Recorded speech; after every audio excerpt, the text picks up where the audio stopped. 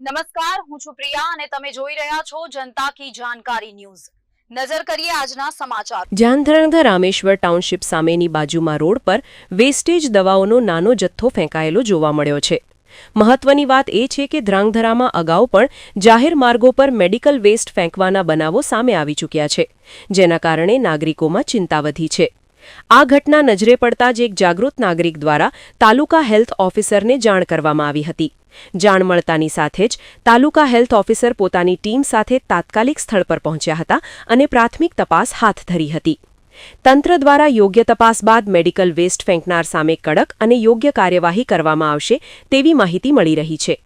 ઉલ્લેખનીય છે કે મેડિકલ વેસ્ટ અબોલ જીવજંતુઓ તેમજ પર્યાવરણ માટે ગંભીર ખતરો ઊભો કરી શકે છે, ત્યારે આવા બનાવો અટકાવવા તંત્ર સાથે સાથે દરેક નાગરિકની પણ જવાબદારી બને છે। આ ઘટના ફરી એકવાર મેડિકલ વેસ્ટના યોગ્ય નિકાલ અંગે સાવચેતી અને કડક દેખરેખની જરૂરિયાતને ઉજાગર કરે છે।